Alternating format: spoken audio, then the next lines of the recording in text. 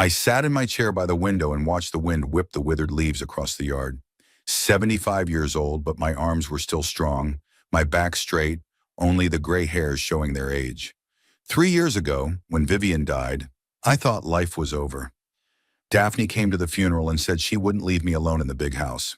"Daddy, you know I can't live with myself knowing you're out there alone," she said, hugging me in the kitchen, which still smelled like vanilla from Mom's pies. "Sell the house and move in with us. We have plenty of room, and I'll feel safer." I believed it then. I thought that my daughter really wanted to take care of me, that family was sacred. I sold the house for $400,000, deposited the money in my pension savings. 40 years he worked as a superintendent in the Lincoln School on the outskirts of the city, watched over the entire household, from the locks in the toilets to the heating system. Honestly saved every dollar.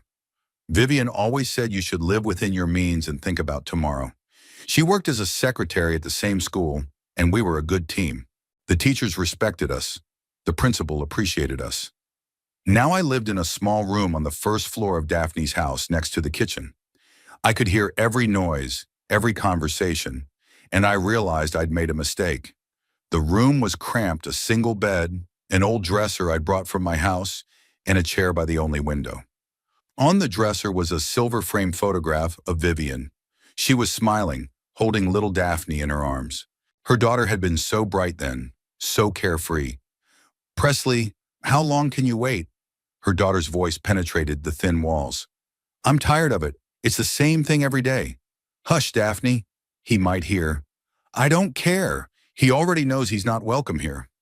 I closed my eyes and tried to remember the last time I'd heard a warm word from my daughter. Maybe at her mother's funeral, when she cried and said she loved us both very much. Or was that a show-off too? It's hard to know when a person is being sincere and when they're playing a role. Daphne was working as a cashier at the local supermarket for the 4th year in a row. Before that, there were many different jobs. A salesperson in a clothing store, a receptionist in a motel, even a cleaner in an office center. I didn't stay anywhere for long. That the bosses are bad, or colleagues harmful, or the salary is small. Presley was a plumber for a private company, worked irregular hours, orders didn't come in every day. They were always short of money. I could see it in the way they counted every cent when they bought groceries, how they fought over electricity and gas bills. My pension of $1,200 was barely enough for medicine and personal needs. I took 2 medications for my heart, another one for my blood pressure, and vitamins for the elderly. A month it was about $300 a month just for pills. I offered to help with utility bills, groceries, but Daphne refused with a strange grin. "No need, Dad. We're doing fine on our own. You better save your money in case you get sick." But I saw the way she looked at me, not with love, not with care. Like she's gauging something, calculating. Presley, too. 32-year-old man with thinning hair and a perpetually disgruntled face. When he was young, he seemed promising. Tall, strong, with good hands for work. Daphne had been crazy about him. Now he was a sullen loser who blamed everyone around him for his problems. When he thought his father-in-law couldn't see, he threw me glances full of irritation and some underlying anger. In the 3 months I lived in their house, I never once felt welcome. Daphne cooked for me, but she did it as if it were an unpleasant chore. She sat across from me as I ate and watched my every move. It was more unnerving than one could imagine. Like I wasn't my father, but a suspicious lodger. "How are you doing, Dad? Did you have a good meal?" "Thank you, my daughter. Delicious as always." But after I ate, I didn't feel well. Nausea, dizziness, weakness in my legs, sometimes even a little vomiting. I put it down to age, the stress of the move, the change of water and climate. After all, I had lived in our house with Vivian for 30 years and had gotten used to everything. To the old pipes, to the hard water from the well, to the drafts in winter. The doctor at the local health clinic didn't find anything special. Dr. Clarence Fitch, an older man with kind eyes behind thick glasses. He listened to my heart, checked my blood pressure, ordered blood and urine tests. The results were always within normal limits for my age. "Shiawihan Cornelius," he said, removing the stethoscope. "The body is readjusting. It's normal. Stress, change of scenery, grief for your wife. Take your vitamins, get some fresh air." Daphne was always interested in her test results with a strange enthusiasm. What did the doctor say? Is everything all right? Is there anything else that needs to be checked? What about the liver? Did he check your kidneys? It was strange to hear such concern from a daughter who hardly spoke to me the rest of the time. When I tried to tell her something from my life, to share memories of school or my mom, she listened half-heartedly, always looking at her phone or out the window. As a child, Daphne was completely different. Laughing, open, inquisitive. She asked a million questions, demanded that I read her a story every night. Her favorite was the story of Cinderella, who endured injustice but got everything she deserved at the end. Vivian spoiled her, bought her pretty dresses, took her to dances at the local cultural center. Maybe too much spoiling. Daphne grew up thinking that the world owed her something, that happiness would come by itself without effort. Married at 22 to Presley Dayton, who then worked in an auto repair shop and seemed like a promising guy. He had a dream, to open his own workshop. He spoke beautifully, made plans, promised Daphne a beautiful life. A year later, Caden was born, a sweet little boy with curly hair and a cheerful personality. I often came to visit them, helped with the baby while the young ones worked. But Presley's plans remained plans. Instead of saving money for the workshop, he spent it on beer with friends and betting on sports matches. Daphne was also not distinguished by practicality, bought expensive cosmetics, fashionable clothes, which was worn only a couple of times. Debts grew, the relationship deteriorated. The boy lived with them only the first 5 years, and then began a series of moves, temporary jobs, problems with money. Caden was left to live with his grandmother Sylvia on Presley's side of the family in a neighboring town. They said it was better for the child, stability, good school, a quiet environment. But I knew the truth. They didn't care about raising their son. It was more convenient to turn him over to his grandmother and live for themselves. Now Caden was 15 years old. He sometimes called me in the evenings, telling me about his studies, about his friends, about his hobbies. A good boy grew up smart and responsible. But he never came to visit. Daphne explained that he had studies, sports, teenage affairs. I didn't insist, but I realized that my grandson just didn't want to see his parents, and I don't blame him for that. "Cornelius," Daphne called from the kitchen. "Come to dinner." I got up out of the chair and adjusted my shirt. My joints were a little sore from the weather. The mirror in the hallway reflected a thin face with deep wrinkles. I'd lost a lot of weight in the last few months, even though I ate normally. The doctor said it could be stress or hidden inflammation, but the tests didn't show anything. The kitchen smelled of fried chicken and potatoes. Daphne was putting a portion on my plate without looking up. Her movements were sharp, impatient. Presley was scrubbing himself in the bathroom after work. The sound of the water and his disgruntled muttering could be heard.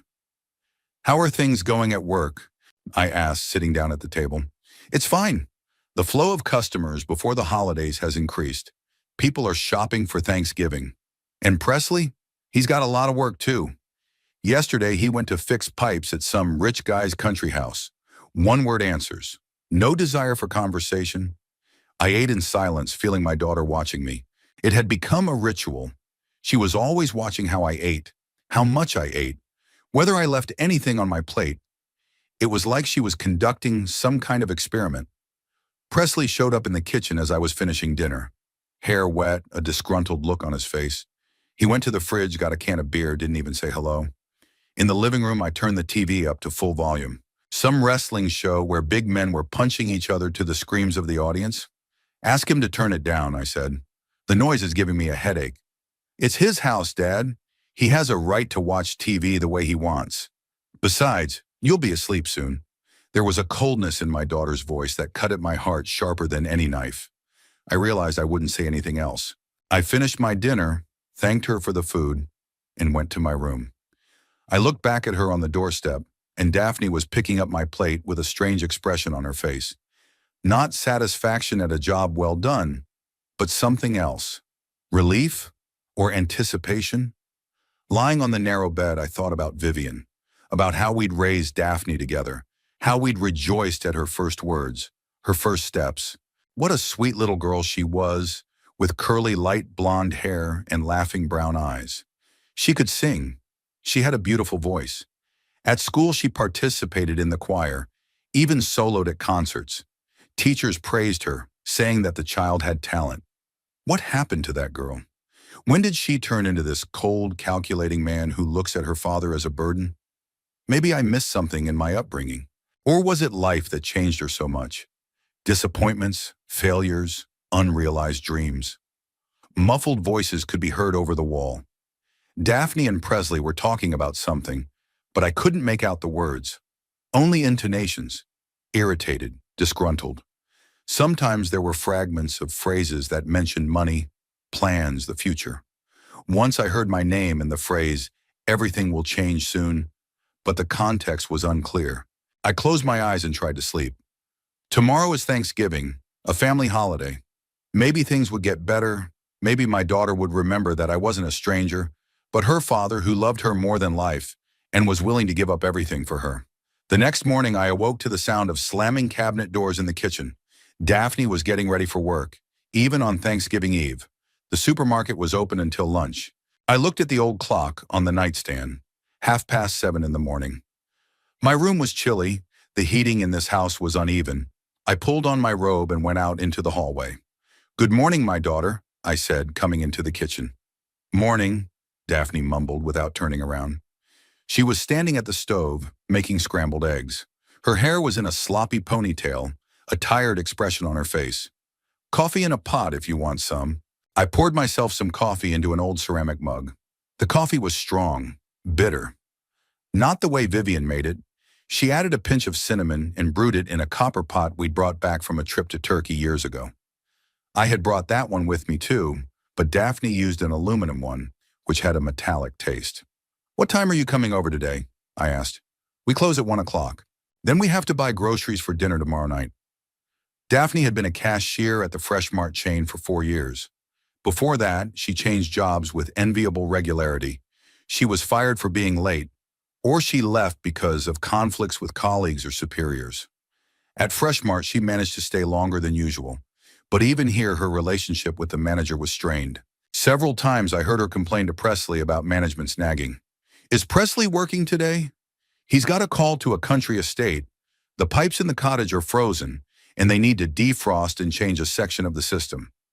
Presley was a plumbing contractor for a small private company called Flow Masters. The company was tiny, the owner plus 3 employees, including my son-in-law.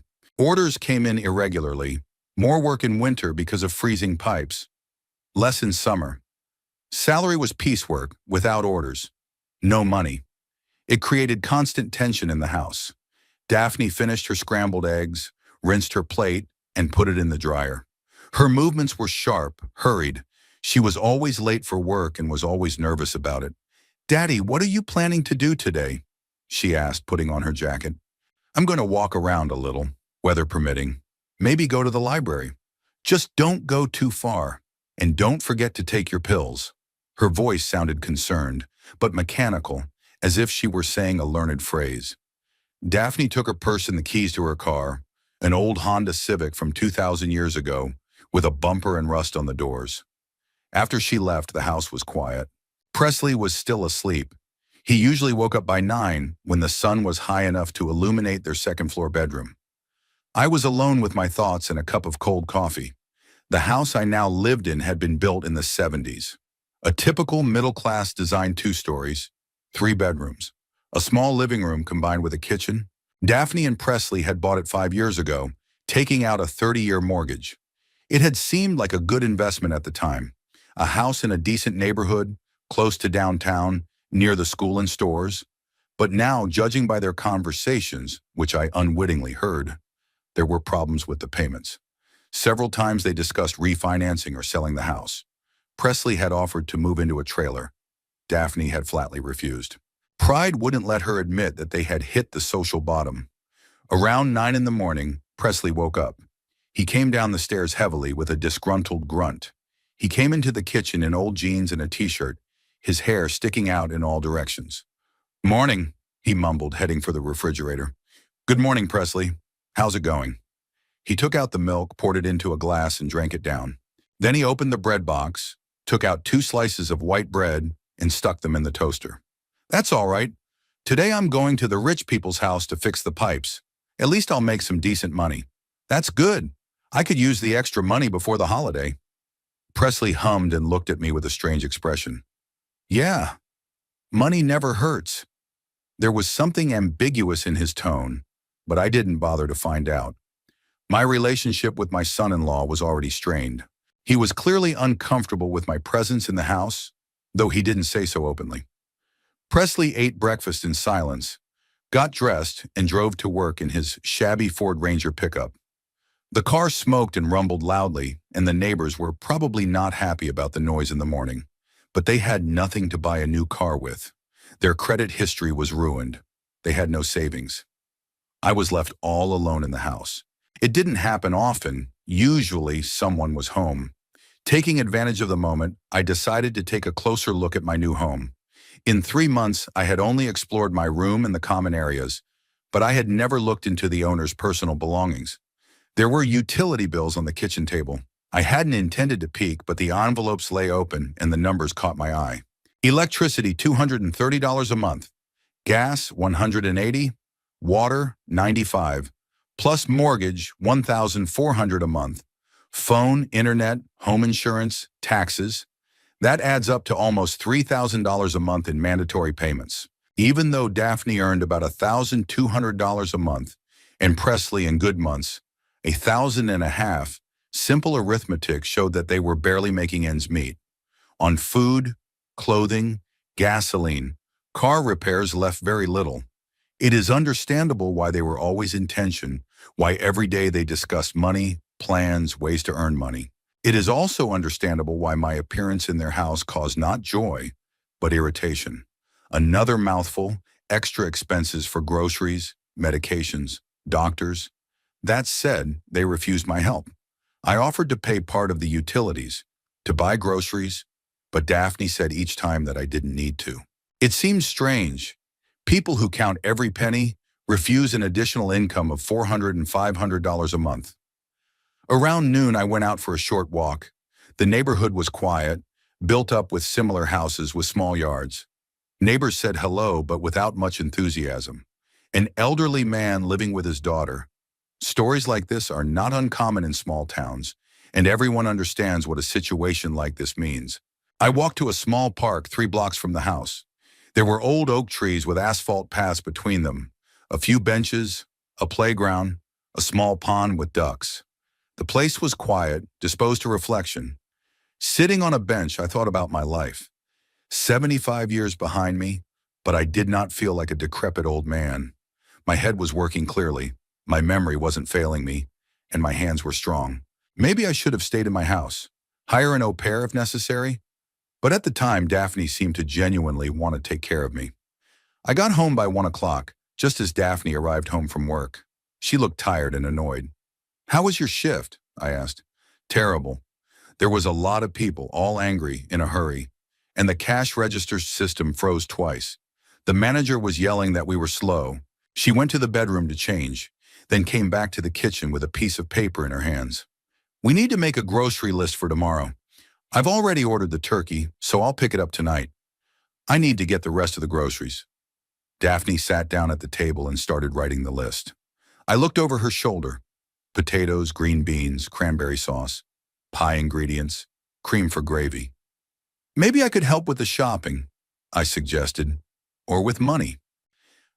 "No need, Dad. We can manage. But there's a family dinner tomorrow, and I'll be eating too."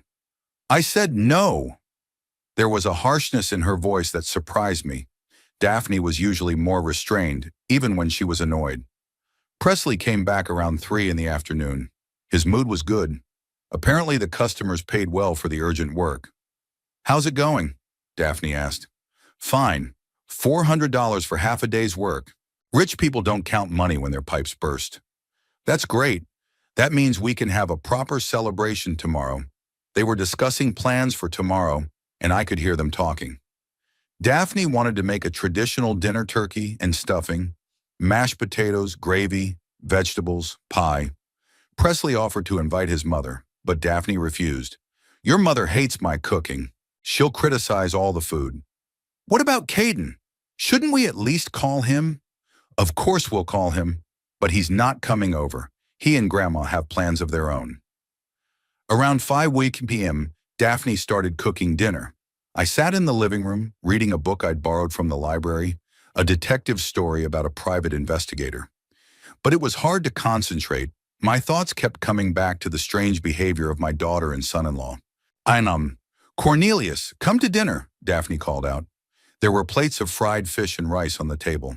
Simple food, but it smelled appetizing. Daphne, as usual, watched me eat. It had become a daily ritual that was starting to make me very nervous. It's good, I said, finishing the fish. Good. Finish it. Don't leave it. That's an odd request. Usually, if a person is full, no one is forced to eat every last crumb. But I obeyed and ate everything on my plate. Half an hour after dinner, I was again struck with the usual weakness. I felt dizzy and nauseous in my stomach. I tried to get up from the table and felt that my legs wouldn't obey me. I don't feel well, I said, holding the back of my chair. Again?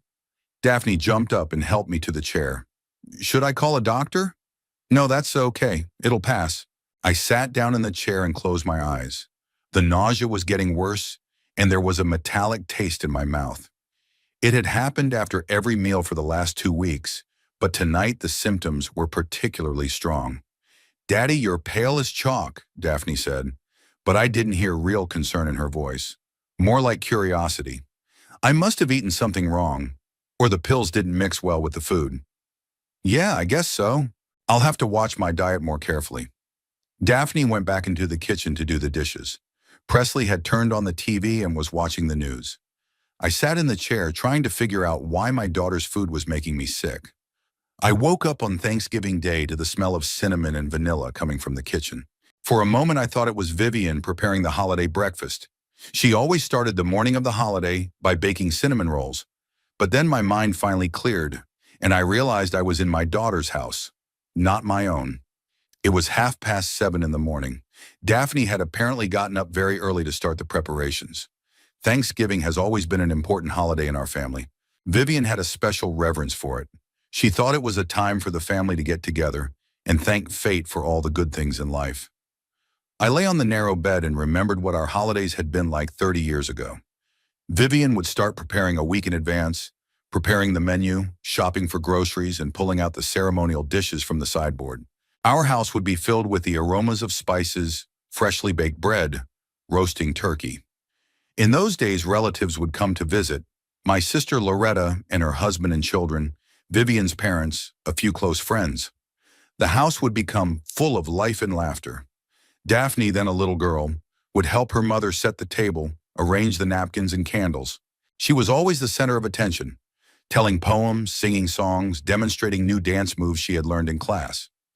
Vivian cooked from her grandmother's recipes: turkey with herb stuffing, sweet potatoes with marshmallows, green beans with almonds, cranberry sauce with orange zest, and of course her famous gravy, the secret of which she inherited from her mother. The gravy was perfectly smooth, rich in flavor and golden in color. Cornelius, she said, stirring the sauce in the pot, the most important thing in gravy is patience and love. You can't hurry, you have to feel when to add the flour, when to add the broth. After dinner, we'd all sit in the living room, and everyone would tell us what they were thankful for this year. Daphne always said something touching, thankful for her parents, for the house, for her dog Penny, for ice cream and cartoons. Simple childhood joys that seemed to her then to be the most important things in the world. Now everything had changed. Vivian died, relatives moved away, friends slowly disappeared from our lives. Daphne had become a stranger who looked at me with ill-concealed irritation, and I became a burden, an extra mouth to be rid of. The sounds from the kitchen increased. Daphne was obviously busy with active preparations, smashing dishes, opening and closing the oven door, turning various appliances on and off. I got up, washed my face, and dressed in my best pants and shirt. It was a holiday after all, and I needed to look my best. When I went into the kitchen, Daphne was standing at the stove with her hair disheveled and her face red from the heat. On the table was a turkey, a rather large bird about 6 pounds. Nearby were bowls with various ingredients for stuffing. "Good morning, my daughter. Happy feast." "Morning," she mumbled without raising her head. Coffee's in the pot. I poured myself some coffee and sat down at the table. Daphne was working silently, concentrating. She was preparing the stuffing for the turkey, mixing breadcrumbs with onions, celery, and spices. Her movements were nervous, sharp. Several times she dropped spoons, swearing under her breath. "Can you help?" I offered. "No need, I can handle it." "Where's Presley?" "He's still asleep. He got in late last night. He was tired." That was a lie. Presley came home at the usual time around 16 p.m., but I didn't argue. Daphne was clearly on edge. Any unnecessary word could cause an explosion. About 8 a.m., Presley woke up. He came down the stairs slowly, with the look of a man who had a hard day ahead of him. He entered the kitchen in his home pants and an old t-shirt. "Happy holidays," he mumbled, heading for the refrigerator. "You too, Presley." He pulled out orange juice and drank it straight from the bag, earning a disgruntled look from his wife. "When do we start eating?" he asked. 2 o'clock this afternoon, Daphne answered, continuing to stuff the turkey. "I'll have time to get everything ready if no one disturbs me." She sounded annoyed. Presley shrugged and turned on the coffee maker. The atmosphere in the house was tense, not at all festive. Instead of joy and gratitude, there was a feeling that everything that was happening was a heavy responsibility that had to be overcome somehow. I went into the living room so as not to disturb Daphne. I turned on the TV. They were showing the Thanksgiving Day parade from New York City. Colorful floats, giant balloons, cheerful music. It all seemed unreal, like a picture from another world where people really know how to be happy and grateful. Around 10 o'clock in the morning, the aromas of cooking food began to waft into the house. Daphne put the turkey in the oven and took on the side dish. I could hear her peeling potatoes, chopping vegetables, boiling something in several pots at once. The process was labor-intensive, but she was doing it alone, adamantly refusing help. "Daphne, why don't I at least set the table?" I suggested, coming into the kitchen. "No need. I told you I can handle it." "But it's a family party." "What family holiday?" She turned around, her eyes glistening with anger. There's only 3 of us, and one of us—" She paused, but I knew what she meant. "One of us is redundant?" I finished for her. Daphne looked away without answering, but the silence was more eloquent than any words. I left the kitchen and offered no more help. Presley spent the morning changing channels and drinking beer. By 11 o'clock, he was thoroughly drunk. When Daphne reprimanded him, he snapped at her and turned the TV up louder. Family idyll at its best. By noon, the smells from the kitchen became unbearable. It smelled like roasted poultry, caramelized vegetables, freshly baked bread. My stomach rumbled with hunger, but I realized that dinner was still 2 hours away. Daphne didn't even offer a snack. Apparently, she thought that holiday food should be eaten only at the appointed time. Around 1 p.m., I noticed that Daphne was doing something strange. She made the main gravy in a large pot, but then took a small sauté pan and started making another batch. Separately, in a smaller pot. "What are you doing?" I asked. "A special gravy," she replied without lifting her head. "It's special for you. I remember when my mom used to make it special. It was weird. Vivian never made different gravy for different members of the family. She had one recipe that everyone liked, and I didn't remember having any special food preferences, but Daphne kept tinkering with her little saucepan, adding some ingredients from jars I couldn't see from my seat. Periodically, she tasted it, wrinkled her nose, added something else. "What is the specialty of this gravy?" I asked. "You'll see." Daphne smiled enigmatically. "It's a surprise." There was something unpleasant in her smile. Not warmth or love, but some kind of morbid anticipation, like she was planning a prank that was meant to surprise me. I returned to the living room with an uneasy feeling in my soul.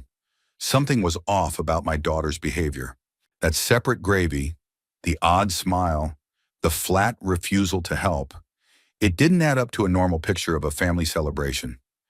Presley had gotten pretty drunk by then. He sat in a chair staring stupidly at the TV and occasionally made drunken comments about what was happening on the screen. Daphne came out of the kitchen several times, threw at her husband contemptuous glances, but said nothing. "Presley, why don't you stop drinking?" I cautiously suggested. "Soon we'll have lunch." "Who asked you?" He snapped at me. I do what I want in my house. Of course, of course. I was just thinking. Don't think anything. In fact, soon you won't have to think. The last phrase sounded a little ambiguous. Presley hummed and took another sip of beer. I didn't continue the conversation. It was pointless to argue with a drunk man. By 2 o'clock in the afternoon, Daphne had finished her preparations. She covered the table with a white tablecloth, arranged the plates and utensils. In the center of the table, she placed a roasted turkey, beautiful, golden, exuding an incredible aroma. Around it, I placed bowls of side dishes, mashed potatoes, green beans, sweet potatoes, and 2 gravy bowls. One large one with regular gravy and one small one with special gravy. Sit down at the table, Daphne announced. Everything's ready. We took our seats. Presley struggled to get from the chair to the table, swaying and holding on to the furniture. Daphne sat across from me and put her hands on the table. There was a strange light in her eyes. Happy Thanksgiving, she said, to all the good things we have. The words were right, but the intonation was false. It was like she was reciting a memorized text with no meaning. The 3 of us sat at the table, and silence hung over us like a heavy blanket. Daphne began slicing the turkey with a long knife, with a serrated blade that squeaked against the bone. The sound was unpleasant, almost ominous in this tense atmosphere. Presley sat to my right, rocking in his chair and trying to focus his eyes on his plate. Daddy, here you go, Daphne said, placing a large piece of brisket on my plate. The most tender meat. I thanked her and waited for her to serve the others. Daphne gave Presley a piece of leg. Darker meat, tougher, but he was too drunk to notice the difference. For herself, she cut a small slice off the wing. And now the garnish, she continued, taking a large spoon. Daddy, potatoes? Sure, thanks. She poured me a generous portion of mashed potatoes, then added string beans and a piece of baked sweet potato. The plate turned out to be full, appetizing. She gave Presley a decent portion, too, and herself a token portion. Apparently, the excitement had made her lose her appetite. And finally, Daphne picked up a small gravy boat. My special gravy, just for Daddy. She brought the saucepan to my plate and began pouring the thick brown liquid over the meat and potatoes. The gravy had a dark color, almost black, and a strange pungent smell. Not the flavor I remembered from Vivian's mom's gravy. Daphne, what did you put in it? I asked, sniffing. It smells kind of unusual. Secret ingredients. She smiled, but the smile didn't touch her eyes. Chakrai, spices that Mom used just for you. That wasn't true. Vivian never cooked for me separately. No secret recipes she had. We always ate the same food, and that suited us just fine. Daphne sat down in her seat and took the usual gravy from the big gravy boat. She poured her portion over it, then handed it to Presley. He took it with unsure hands and poured it generously over his plate. Shall we begin? Your Honor, Daphne said. Happy Thanksgiving. Presley mumbled something unintelligible and began to eat. He ate greedily, sloppily, occasionally dropping pieces on the tablecloth. Daphne pretended not to notice, but I could see a muscle twitch in her cheek. I picked up my fork and cut off a piece of turkey. The meat was really tender, well roasted. But as I brought the fork to my mouth, the pungent odor of gravy hit my nostrils. Something chemical, unnatural. A metallic tang that didn't match the flavor of the roasted bird at all. Try it, Dad, Daphne said insistently, watching me. You should like it. I hesitated. My instinct for self-preservation, developed over 75 years of life, was giving me warning signals. There was something categorically wrong with this gravy. The smell, the color, my daughter's insistence, it all added up to a disturbing picture. Why did you get a different gravy? I asked. This one is too spicy for me, Daphne answered quickly. My stomach has become sensitive. That's a lie. Daphne had never had stomach problems, and she had always liked spicy food. When she was little, she even asked for pepper in her baby food. I looked at Presley. He was munching enthusiastically on the meat, liberally drizzled with the usual gravy, and seemed content. No strange odors emanated from his plate. Why aren't you eating, Papa? Daphne leaned forward. It's getting cold. She sounded impatient. She was obviously waiting for me to try that special gravy. She was too insistent. Then an idea struck me. A simple but effective one. Sharon. You know, Daphne, I said, setting aside my fork. Let's do the traditional thank you first. Like we used to do with Mom. Remember? What? She was confused. Um, yeah, of course. Everyone has to say what they're thankful for this year. It's a family tradition. Daphne frowned. Apparently, she wanted me to eat the food as soon as possible, rather than drag out the speeches. Maybe later? The food is getting cold. No, no, I insisted. Tradition is tradition. Mom would be upset if we broke it. The mention of mother had an effect. Daphne couldn't openly object to following her mother's customs. All right, she agreed with visible distaste. Go ahead. I am grateful to have a family, I began solemnly, for my daughter inviting me to live in her house. I'm thankful for my health. That still allows me to enjoy life. For the memory of my beloved wife, which warms my heart even after her departure. I spoke slowly, stretching the time. Presley continued to eat, paying no attention to my words. Daphne sat with a strained smile and tapped her fingers on the table. It's your turn now, daughter. Yum. I'm grateful for the job, Daphne began uncertainly. For having this house, for, being able to take care of Daddy. She struggled with the last words. Her voice shook, and I realized she was lying. And now Presley, I said. What? He pulled away from his plate, his eyes clouded with alcohol. What's up? Tell me what you're thankful for. For the beer, he chuckled, and for the fact that things were about to change. Daphne gave her husband a warning glance. Presley shut up and went back to eating. Sunil, well, I said, now we can eat. I picked up my fork and went back to the turkey.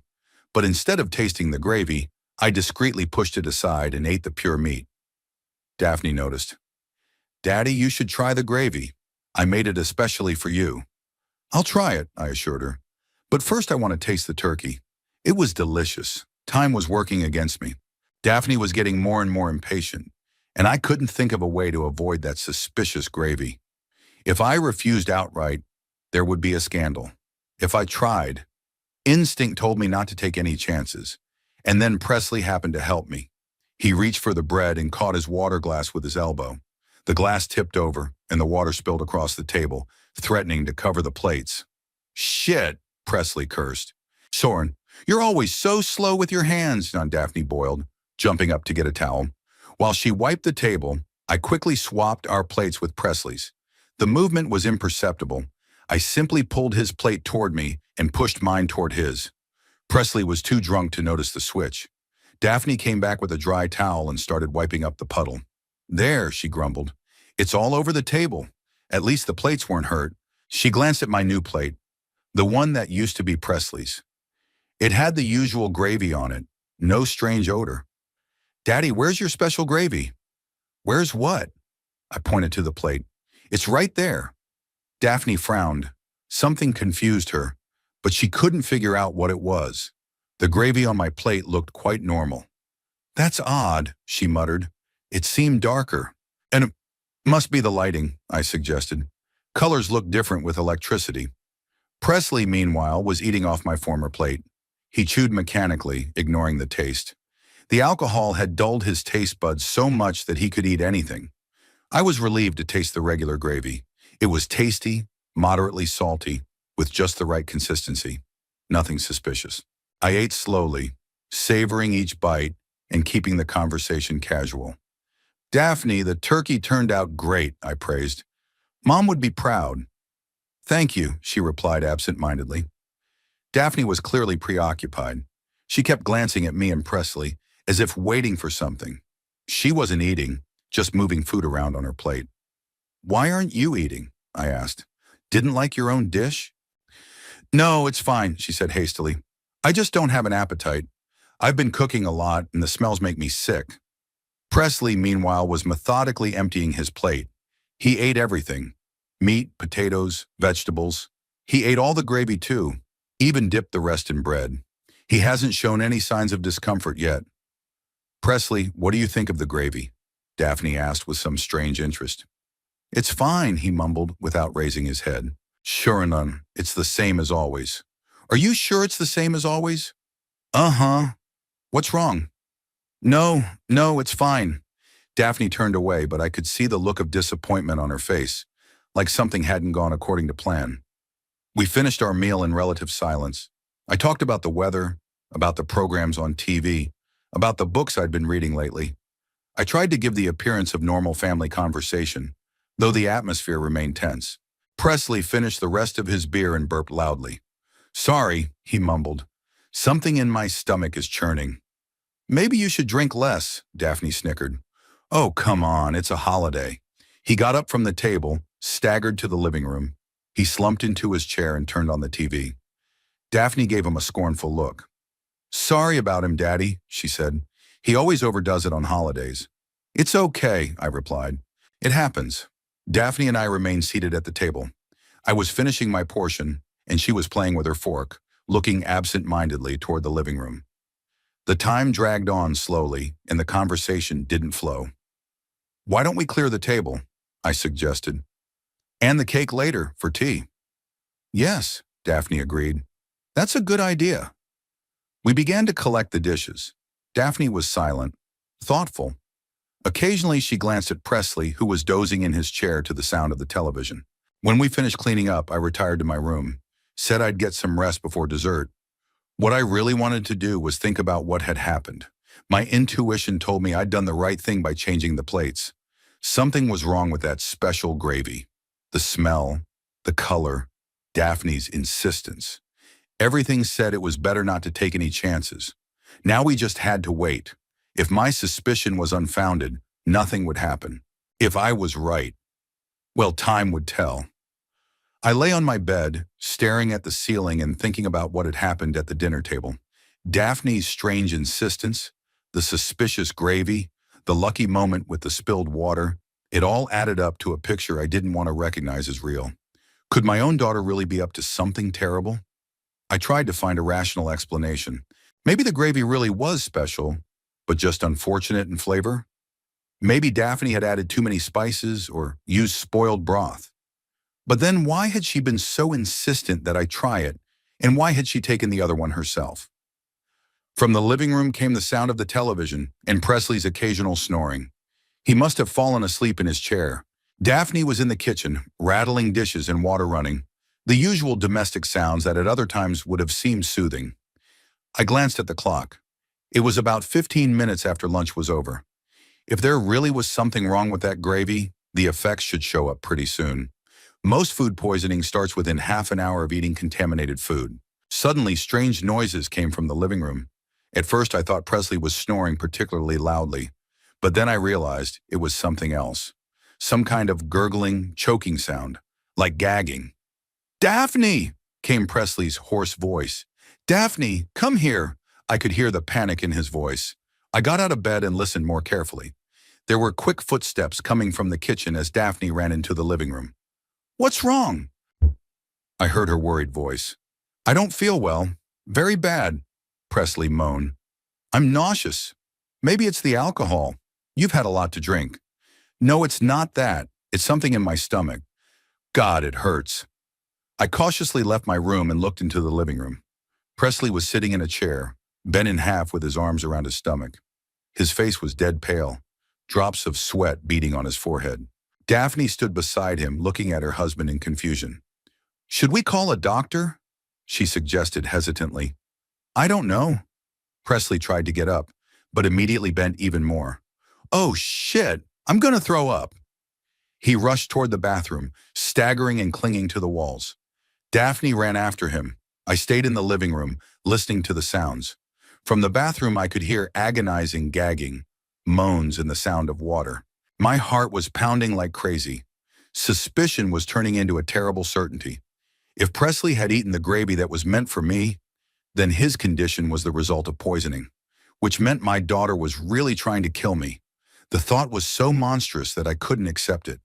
Daphne, whom I had raised, loved, given the best years of my life to, wanted to get rid of me. For what? For the inheritance? For the house I sold? My retirement savings? Cornelius! Daphne shouted from the bathroom. Come here, help me! I went into the bathroom. Presley was sitting on the floor with his back against the wall. He was vomiting bile. His vomit was a strange dark green color. His face had taken on an earthy hue, and his eyes were rolling. "What's wrong with him?" I asked, pretending not to understand what was happening. "I don't know." Daphne was in a panic. "It started all of a sudden. Maybe he's allergic to something." "What's he allergic to?" "I don't think he's allergic to anything. I mean, we've been living together for so many years, I would know." Presley tried to say something, but he was spasming again. Now he was spewing almost only bile with a dash of blood. "Daphne," he wheezed between spasms. "Call an ambulance. Something's very bad." "Yes, yes, of course," she fussed. "I'll be right there." Daphne ran out into the living room to get the phone. I was alone with Presley. He was leaning against the wall, breathing heavily. His eyes were cloudy, his pupils dilated. "Presley," I said quietly, sitting down beside him. "What did you eat at lunch?" What did you eat?" He struggled to focus his eyes on me. "Turkey, potatoes, like everyone else." "And gravy?" "Gravy? Yeah, regular gravy." "What kind of gravy? Which gravy maker?" "I don't remember." He clenched his eyes in pain. "It doesn't matter. Everything hurts." Daphne's voice came from the living room, talking to the ambulance dispatcher. "Address, Pine Street, 1243. Yes, a doctor is needed immediately. 32-year-old male, severe poisoning, vomiting blood." I went back to Presley. His condition was getting worse before my eyes. He started convulsing, first light facial twitching, then more severe spasms in his arms and legs. He would pass out and come to, mumbling something unintelligible. "Where's that ambulance?" Daphne exclaimed, running into the bathroom. "They said they'd be here in 10 minutes, but it's been 5. She was excited, but I noticed something strange in her demeanor. Yes, she was nervous, but not the way a wife should be when she sees her husband dying. Her eyes were filled with bewilderment rather than horror. It was as if what was happening was not what she had planned. "Daphne," I said, watching her carefully, "what was in that special gravy you made separately?" "What special gravy?" She turned to me abruptly. "The one you made in the little saucepan. She said it was special for me." "Nothing special, ordinary spices," she replied, but her voice trembled. "What kind of spices?" "Well, thyme, rosemary, nutmeg. Nothing else? You didn't add anything from the jars I didn't see?" Daphne froze. I could tell by the look on her face that I'd hit the mark. She'd obviously added something else to the gravy, something she didn't want to talk about. "I don't know where you're going with this," she said, but she avoided looking me in the eye. "I think Presley ate the gravy that was meant for me." "What? What nonsense. We all ate the same food." "No, Daphne, you made 2 different gravies. And when Presley spilled the water, there was a mix-up with the plates." My daughter's face turned even paler. She realized I'd guessed the switch, but she didn't yet realize the full implications. "Daddy, what are you talking about? What confusion? We ate normally." At that moment, Presley let out a long groan, and his body twisted in a particularly violent spasm. His legs and arms convulsed, his head threw back, his mouth foamed. "My God!" cried Daphne. "What's happening to him?" "Poisoning," I said calmly. "A severe poisoning from something very toxic." "But with what? We've been eating the same food." "Shh, not exactly the same food." Daphne looked at me with growing horror. She was beginning to realize the truth. If Presley had really eaten the gravy that was meant for me, and if there was something poisonous in that gravy, then it would be— "No," she whispered, shaking her head. "It can't be." "What can't be what, Daphne?" "I didn't mean to." "It wasn't for him." The words came out of her mouth involuntarily, and she bit her tongue as she realized she had spoken. But it was too late. The confession had been made. Outside, the sound of an approaching siren could be heard. The ambulance was coming down our street, getting louder and louder. Presley lay on the bathroom floor, his body shaking intermittently, his breathing shallow and ragged. "They're on their way," Daphne said, as if trying to convince herself that everything could still be fixed. "The doctors are coming, and everything will be all right." "I don't know, Daphne," I replied, looking at my son-in-law's convulsions. It looks pretty serious. He shouldn't have. It's not for him, she muttered again, not realizing she was speaking out loud. The siren stopped right outside our house. We heard the slamming of car doors, quick footsteps on the walkway to the front door. Daphne ran out to meet the medics. I stayed in the bathroom with Presley. He was unconscious but still breathing. His face had turned a livid color and his neck pulse was barely palpable. Critical condition. Two paramedics ran in with suitcases and stretchers. They quickly assessed the situation and began to help. One of them started an IV. The other checked his vitals. "What happened to him?" the senior medic asked. Sudden vomiting after lunch," Daphne replied. "Then cramps." "What did he eat? Did he drink alcohol?" "Holiday dinner. Turkey, potatoes, vegetables. He drank beer, but not a lot." "Sounds like acute poisoning," the EMT told his colleague. "We need to get him to a hospital right away, gastric lavage and detoxification." They quickly put Presley on a stretcher and carried him out of the house. Daphne got ready to go with them to the hospital. In the turmoil, she paid no attention to me, completely focused on what was happening to her husband. When the ambulance took the Presleys away and Daphne followed them in her car, I was alone in the house. The silence after the recent commotion seemed deafening. I sat down in the living room and tried to make sense of what had happened. All doubt vanished. Daphne had really tried to poison me.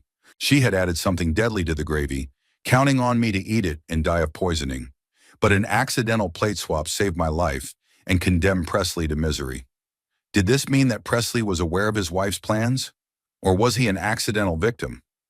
Judging by his demeanor at dinner, he knew nothing. Daphne acted alone. But why? For the money? For the house? Was the inheritance really worth her own father's life? I sat in the empty living room and tried to understand what had turned my little girl into a killer. I was alone in a house that until an hour ago had been full of commotion and shouting. Now there was dead silence, broken only by the ticking of the old clock on the mantelpiece and the hum of the refrigerator in the kitchen. I sat in the same chair where Presley had slumbered not so long ago and tried to come to terms with the awful truth. My daughter was trying to kill me. The words sounded unrealistic, like a line from a bad detective story, but the facts spoke for themselves. The individual gravy, the insistence that Daphne had forced me to taste it, her strange behavior after Presley had gotten sick, it all added up to a picture of deliberate poisoning. I got up and made my way to the kitchen. There were the remnants of the holiday meal still on the table, an uneaten turkey, bowls of side dishes, both gravy bowls. I picked up the small one that Daphne had been pouring my plate from and sniffed cautiously.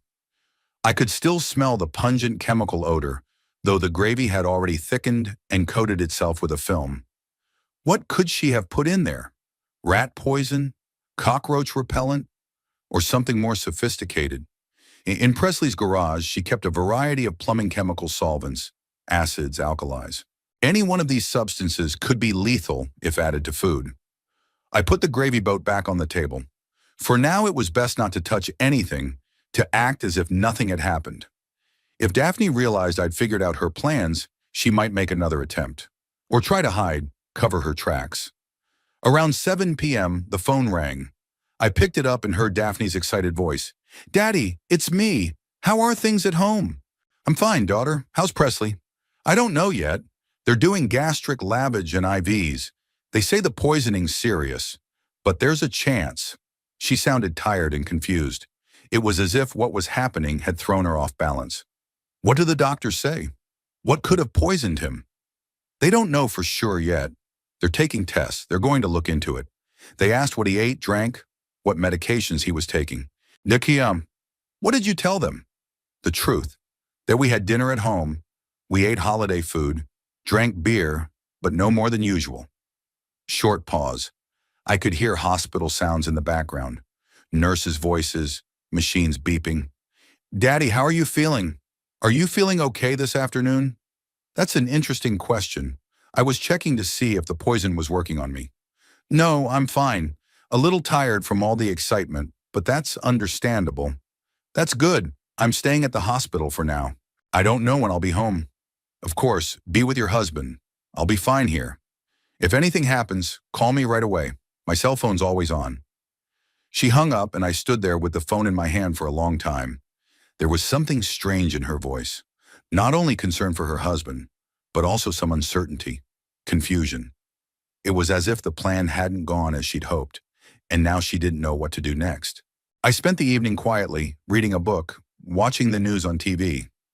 I behaved as normally as possible, like a man who worries about the health of his son-in-law, but does not suspect an attempt on his own life. It wasn't easy. Everything inside was burning with anger and pain, but I forced myself to remain calm. Around 10 p.m., Daphne called again. "Dad, I'm staying overnight at the hospital. Presley's in intensive care, and his condition is serious. The doctors say the critical period will last until morning." "I understand. Hang in there, sweetheart." "How are you doing? Aren't you scared to be home alone?" "No, I'm not a child. I'll manage." "Good.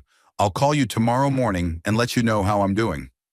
After that conversation, I went to bed, but I couldn't sleep. I tossed and turned in bed, listening to every rustle.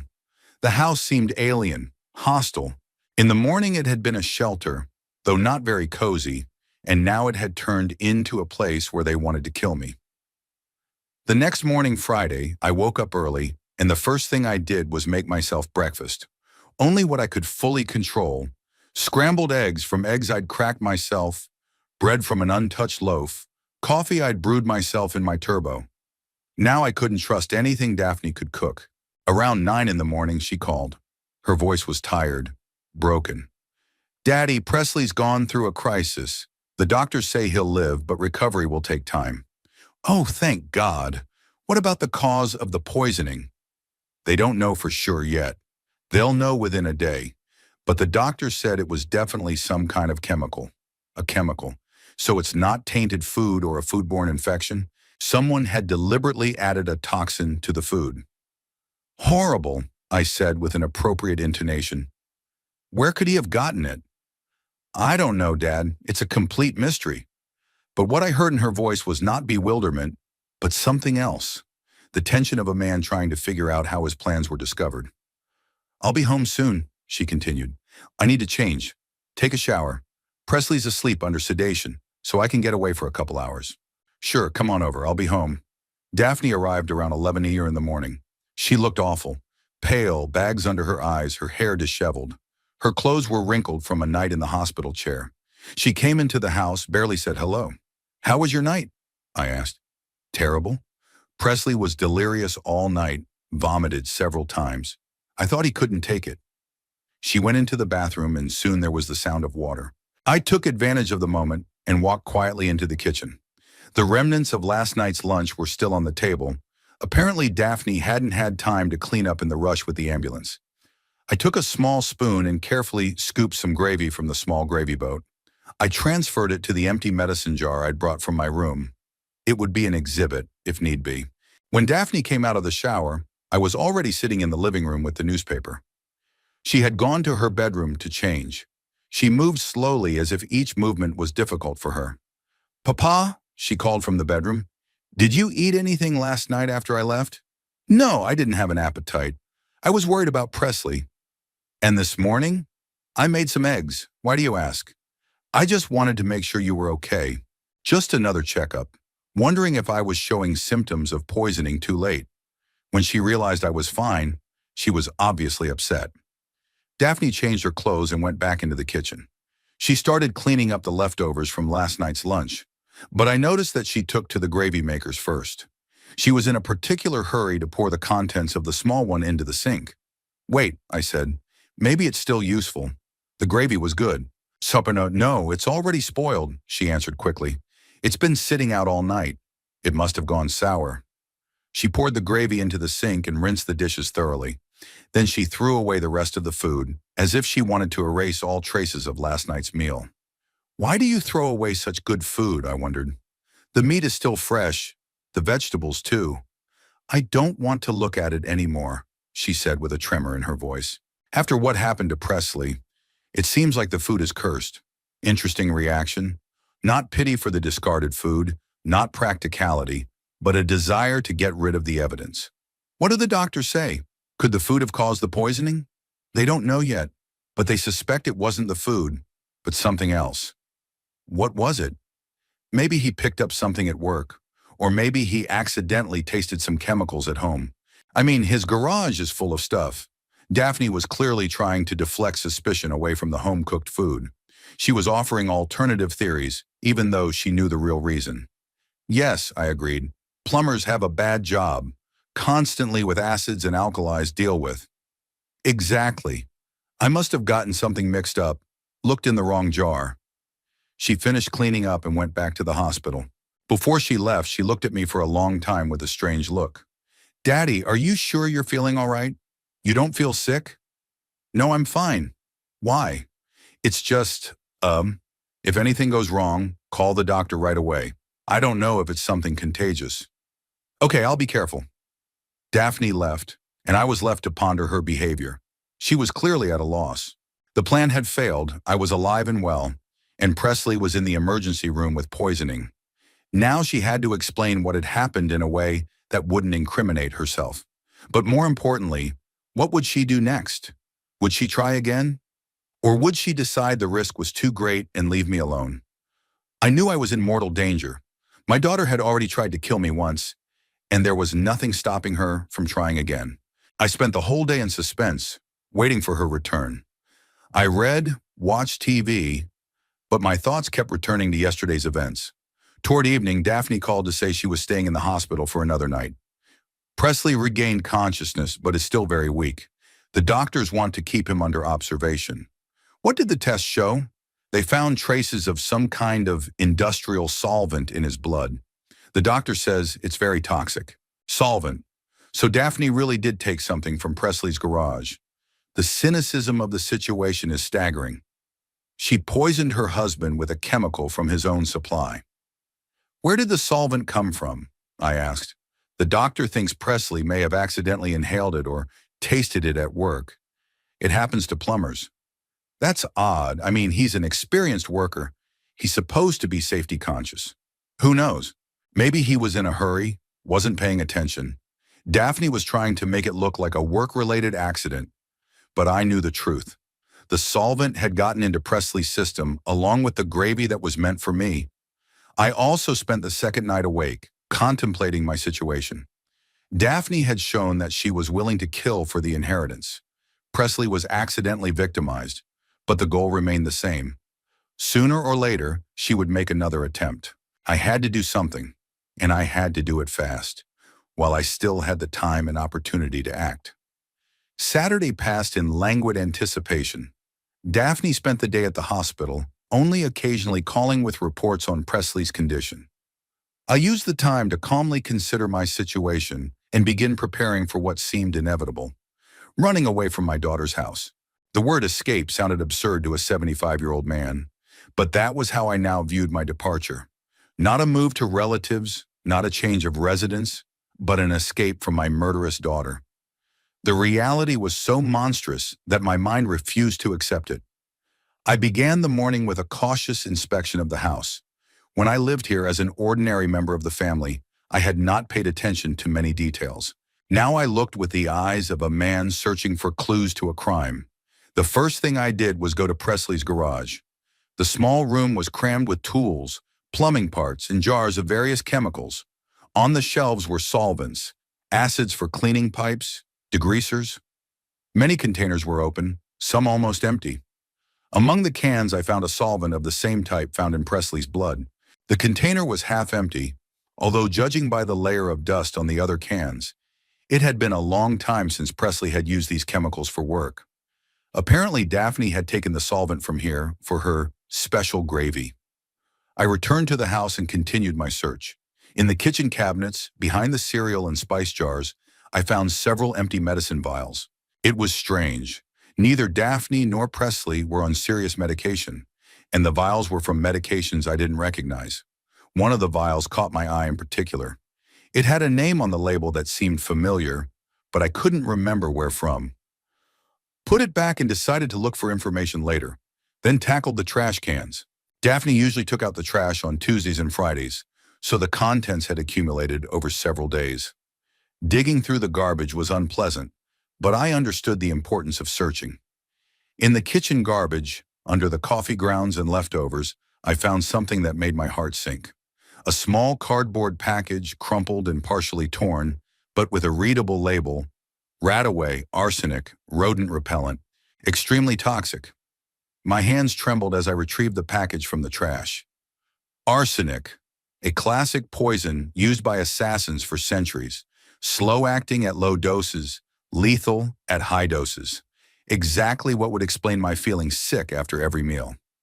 I carefully unwrapped the package. Inside were the instructions for use in a small bag of white powder residue. According to the instructions, the remedy was intended to kill rats and mice. 1 teaspoon could kill a large rodent in a few hours. But the most horrifying discovery awaited me when I examined the date of purchase. On the package was a barcode with a receipt from a local hardware store. The purchase date was 2 months ago, 1 month after I moved in with my daughter, so Daphne wasn't planning my murder spontaneously. She bought the poison when I first started living in her house. Maybe even inviting me to move in with her was part of the plan. Sell my house, get me to put the money at their disposal, and then slowly poison me to death. I sat down on the garage floor, still holding the arsenic packet in my hands. Tears came to my throat, but I held back. There was no time to cry. I had to act. A lot of things made sense now. My regular malaise after dinners, my weight loss, my weakness. All this was the result of systematic poisoning with small doses of arsenic. Daphne had added it to my food gradually, hoping to make it fatal without suspicion. The doctor blamed the symptoms on age and stress, which was to Daphne's advantage. Who would suspect a young woman of poisoning her own father, especially if she showed ostentatious concern, taking her to doctors, taking an interest in the tests? Interest in the medical results was understandable too. Daphne was monitoring the poison's effects on my body, adjusting the dosage, probably planning to increase the concentration if the process was too slow. And the Thanksgiving special gravy attempt was an attempt to speed things up. Instead of a slow poisoning, a single lethal dose. But something went wrong. Maybe I was getting suspicious, and Daphne decided to act decisively. I hid the arsenic packet in my room, in an old suitcase. It was an important piece of evidence that couldn't be lost. Then I continued my search for other evidence. In the bathroom, in the medicine cabinet behind the mirror, I found several more vials of unfamiliar drugs. One of them contained the remnants of a white powder very similar to the one in the rat poison packet. Daphne had apparently transferred the arsenic into medical vials for easy dosing. By Saturday evening, I had an almost complete picture of what had been going on for the past few months. Systematic poisoning, carefully disguised as a health concern, buying a lethal dose of solvent for the final blow, destroying evidence after the plan failed. Daphne came home late, around 9 p.m. She looked exhausted, but there was a new expression in her eyes. Determination or desperation. "How are things at the hospital?" I asked, trying to sound normal. "Better. Presley's awake, able to talk. The doctors think he'll be discharged home in a few days." "That's good news." "Yeah," she paused, then added, "and the coroner came by, asked questions about what happened." "An investigator?" "Chemical poisonings are always investigated. Find out if it was an accident or something else." "Interesting. So the police are already interested in what happened. That could complicate Daphne's plans, if she had any plans left." "What did you tell the coroner?" "The truth. That we were having dinner at home. Presley was feeling fine, and then suddenly he started to feel sick." "Did he believe it?" "For now. But he said he might come back with more questions." Daphne went to the bathroom, and I stayed in the living room, thinking about this new information. The investigator's appearance was a game changer. If the police suspected deliberate poisoning, a serious investigation would begin. Daphne would realize she was under suspicion and might take desperate steps. I had to act quickly. Every day I delayed increased the risk. If Daphne decided I knew too much, or if the investigator started asking uncomfortable questions, she might try to kill me in a more direct way. On Sunday morning, while Daphne was back in the hospital, I started secretly packing. Not all at once so as not to attract attention, but little by little. The essentials: papers, medication, some clothes. I had a plan. My sister Loretta lived in Montana, 400 miles away. We didn't socialize often, but the relationship remained warm. After Vivian died, Loretta had suggested I move in with her, but I'd preferred to stay close to Daphne. Now I realized what a mistake I'd made. The main problem was how to get to Montana. I didn't have my own car. I'd sold it along with the house, figuring I didn't need it in the city. The bus left the central station at 2 o'clock every day. The ticket cost $80. I had money. I had about $5,000 in the bank on my current account plus my pension savings. But it was dangerous to withdraw a large sum of money. Bank transactions leave traces that could easily be used to find me. I decided to proceed with caution. On Monday morning, when Daphne left for work, I went to the bank and withdrew $1,000.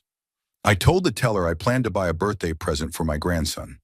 It wasn't a big enough amount to arouse suspicion. Then I went to the store and bought a large gym bag. At home, I carefully put the most necessary things in it. I put my documents in the inside pocket of my jacket, the arsenic package and a sample of gravy in a separate box. The only thing left to do was to choose the right moment to escape. My best bet was to wait until Daphne left for the hospital for the day. Then I'd have enough time to get to the bus station and leave without leaving a trace. Monday evening, Daphne came home with the news.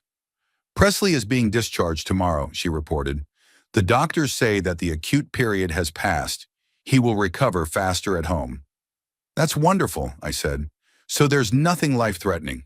No, he'll live. However, for a long time we'll have to take medication, remove the residues of poison from the body. Presley's return home complicated my plans. I'd have 2 people in the house again to keep an eye on. Plus, Presley would probably tell his wife what he remembered from the day of the poisoning, if he suspects anything. What does he say about that day? Does he remember what happened? He doesn't remember much. The doctor explained that poisoning can affect memory. He remembers we had lunch, then he got sick. Everything else is a blur. That's good.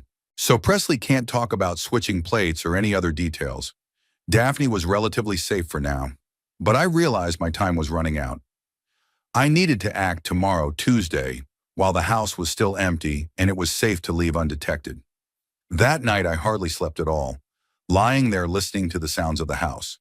Outside, Daphne was tossing and turning in bed, mumbling something in her sleep.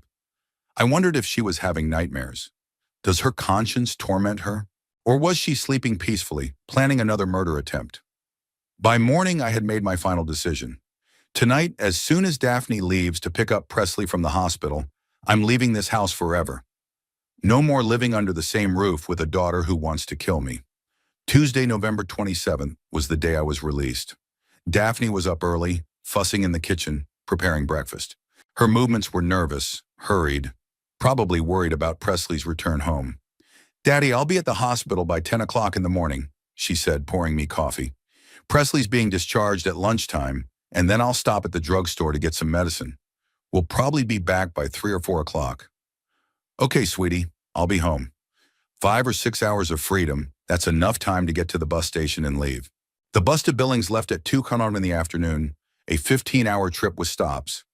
By Wednesday morning, I'd be in Montana at my sister's house. Daphne ate her breakfast in silence, glancing at me a few times with a strange look, as if she wanted to say something, but didn't dare. Maybe she was planning another attempt at poisoning me after Presley came back, when things were back to normal. "How are you feeling, Daddy?" she asked, finishing her coffee. "Shom, I'm fine." "Why?" "It's just that you've been different lately." "Different? Closed off?" "I'm worried about Presley. That doesn't happen every day." "Yeah, of course it does. I understand." She got up from the table, packed her bag, and headed for the exit. She turned around on the way out. "If anything happens, call my cell phone. I'm always in touch." "Okay, don't worry." Daphne left, and I was alone in a house that had seemed like a prison in the morning, but now was just a place I needed to leave as soon as possible. I waited until the sound of her car finally dissolved into the morning traffic and got to work. The first thing I did was pull out my pre-prepared gym bag and check the contents. A change of underwear for 3 days, a warm jacket, medicines, documents, money. The arsenic package and a sample of poison gravy were packed in a separate box. This evidence could be needed if it came to court. Then I sat down at the kitchen table and wrote the letter. I thought long and hard about the wording, how to explain to my daughter that I knew what she was up to, but I didn't want to make a big deal out of it.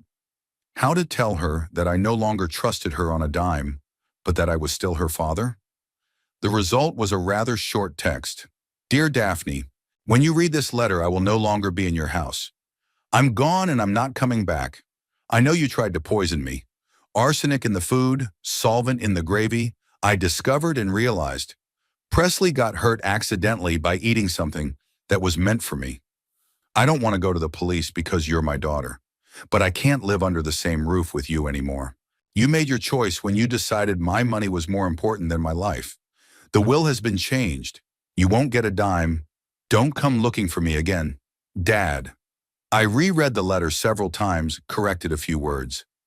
I wanted to write more about the pain, about the disappointment, about how she had betrayed her mother's memory. But what was the point? A man who could poison his own father would not understand such feelings. He sealed the letter in an envelope, wrote Daphne on it, and left it on the kitchen table, leaning against the salt shaker. She would be sure to see it when she returned. At 12:30, I was ready to leave. I picked up my bag and took one last look around the house where I had spent 4 months of my life. Those months now seemed like a nightmare to finally wake up from. The lock clicked behind my back with some sort of final click. I would never enter this house again, never see Daphne again, never pretend we were family. Freedom came with pain, but it was honest pain, not fake love. It was about 2 miles to the bus station. I could have called a cab, but I decided to walk. I needed time to get used to the idea of running away. Besides, walking on foot left no trace by which I could be found. I walked slowly, often stopping to rest. The bag was not very heavy, but at 75, even a small load is not easy. Passers-by sometimes looked curiously at an elderly man with a travel bag, but no one asked questions. I reached the bus station at 2:30. I bought a ticket to Billings for $83, including baggage fees. The cashier asked if there were any benefits for pensioners, but I refused. I didn't want to show my documents. The bus was already on the platform, an old Greyhound with worn seats and the smell of diesel fuel. The driver, a stocky man with a gray beard, checked my ticket and helped me get my bag into the luggage compartment. It's going to be a long trip, Grandpa, he said in a friendly voice. Make yourself comfortable. I chose a window seat in the middle of the cabin. There weren't many passengers, a young woman with a child, a few students, an elderly couple with knitting. Ordinary travelers, each with their own concerns and plans. At exactly 2 o'clock in the afternoon, the bus pulled away. I looked out the window at the departing neighborhoods of the city where I had lived for the past few months and felt both relief and bitterness. Relief at being saved, bitterness at the loss of my daughter, who was a stranger, a hostile person. The first few hours of the journey were spent in reflection on the past. I remembered Daphne the child, cheerful and loving, and tried to understand where exactly the fracture had occurred. When did she go from daughter to murderer? Perhaps the turning point was Vivian's death. Daphne had hardly visited her mother in recent years, citing busyness and money problems. And when Vivian died, the daughter showed up at the funeral with a plan ready to take her father back to live with her. It's clear now that the plan didn't come together overnight. Daphne knew the size of the inheritance, the house plus retirement savings, totaling about $500,000. For a family that was barely making ends meet, that was an enormous fortune. The easiest thing to do was to wait until my father died naturally. But at 75, I could have lived another 10 to 15 years. Daphne and Presley couldn't wait that long. They needed money now, to pay off the mortgage, to start a new life, to fulfill their dreams. Arsenic seemed like the perfect solution, a slow poisoning that could be blamed on age and illness, the ostensible care of a daughter who takes her father to doctors and worries about his health, and then a natural death from complications, a will, money. It wasn't a bad plan, except for one thing. I was more observant than Daphne expected. I noticed the oddities in her behavior, felt the catch with the special gravy, changed the plates in time. Now the plan was ruined and I was free. Daphne would probably try to find me, but I wasn't going to make it easy for her. The bus made stops in small towns, refueling, dropping off, and picking up passengers. At each stop, I got off to stretch, buy coffee and sandwiches. Gradually, I was getting used to the idea that I was a free man again, making my own decisions. Around 8 o'clock in the evening, when it got dark outside the window, my cell phone rang. Daphne's number popped up on the screen.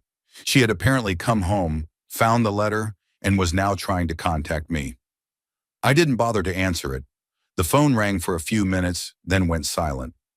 Half an hour later, it rang again. Then again. In all, she called 12 times that evening, but I didn't pick up once. What could she say? Make excuses? Threaten? Pretend she didn't understand? Any conversation with her was pointless. A man who tried to kill his own father for money didn't deserve an explanation. The night on the bus was uneasy. I slept intermittently, waking up with every break and turn. I had nightmares. Daphne with a knife, poisoned food, Presley convulsing in the bathroom. I woke up in a cold sweat, couldn't figure out where I was for a long time. We got to Billings by morning. The driver announced a half-hour stop, time to have breakfast and stretch before the last rush. I bought a coffee and a donut at the station cafe and called Loretta. Cornelius? My sister's surprised voice came through the phone. Oh my God, what a surprise. What's up, little brother? Loretta, I'm on my way to see you. I'll be in Helena by lunchtime. You coming? What's the matter? Did something happen to Daphne? It's a long story. I'll tell you when I get there. Can I stay with you for a while? Of course you can. The house is big. The guest room is always ready. Just tell me what's going on. Later, Loretta. I'll tell you later.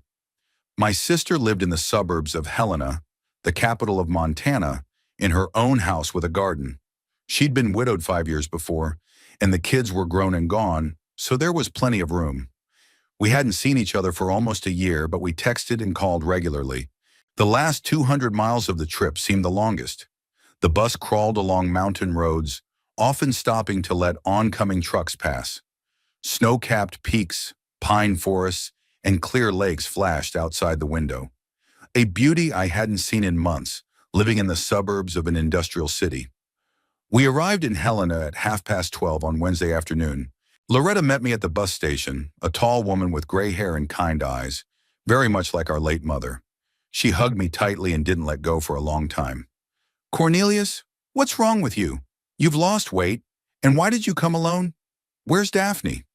At home. We don't live together anymore. Did you have a fight? Not a fight. Separated. Forever. Loretta didn't ask for details at the train station. She helped me carry my bag to the car, put me in the front seat, wrapped me in a blanket. She was silent all the way to her house, only occasionally looking at me with concern. Loretta's house was exactly as I'd imagined. Cozy, bright, smelling of baked goods and coffee. The guest room was ready in advance, the bed made with fresh linens. My sister took me there and told me to rest. Get some sleep and we'll talk tonight. You look exhausted. I slept until 6 p.m., a deep sleep without nightmares. I woke up rested, feeling safe for the first time in months. The sun was shining outside the window, birds were singing in the garden, and the smells of home-cooked food wafted from the kitchen. At dinner, I told Loretta the whole truth. About moving in with Daphne after Vivian died. About the strange behavior of my daughter and son-in-law. The systematic arsenic poisoning. The attempted murder on Thanksgiving Day, which miraculously failed. Loretta listened in silence, shaking her head occasionally. When I finished, she sat in silence for a long time, digesting what she had heard. I can't believe it, she said at last. Daphne. Such a little girl. I remember how proud you and Vivian were of her. I couldn't believe it either. I was hoping to the last minute that I was wrong. Do you have any proof? I showed her the arsenic packet and the vial of gravy residue.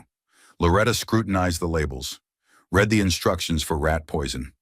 Oh my God, Cornelius. She really could have killed you. She tried. She almost did. What do we do now? Go to the police? That was the question that plagued me the whole way. On the one hand, Daphne had committed attempted murder and should be punished.